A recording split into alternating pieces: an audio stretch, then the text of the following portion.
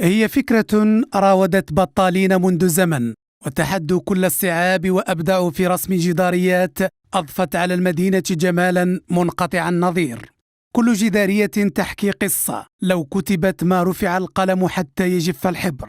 فمن جدارية تحكي مختلف الحقب التاريخية من عصر الديناصورات إلى الحقبة الاستعمارية، لوحة أطلق عليها اسم عاصمة القصور عبر العصور. قمنا بهذا العمل التطوعي كما راكم تشوفوه، هو رسم جدارية في حي وشارع مشهور هنا في مدينة العين الصفراء. الجداريات اللي قمنا بهم من قبل كانت جداريات تشرح تاريخ مدينة العين الصفراء من مرحلة الديناصورات إلى ما بعد الاستقلال. جداريات هنا وهناك تزين بها مدينة عين الصفراء، تفننت أنامل البطالين في رسمها.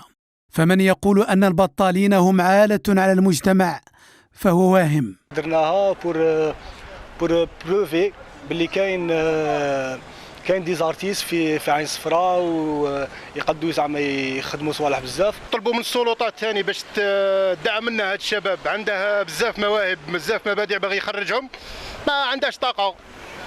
خاصنا حاجه السلطات تاعنا يلتفتوا ليهم، عندنا بزاف اماكن، عندنا بزاف يعبروا عليها الشباب. المبادرة استحسنها سكان المدينة وطالبوا السلطات المحلية تقديم يد العون لهؤلاء البطالين الفنانين، والتي اقتصرها محمد في شراء بعض الطلاء لرسم المزيد من الجداريات.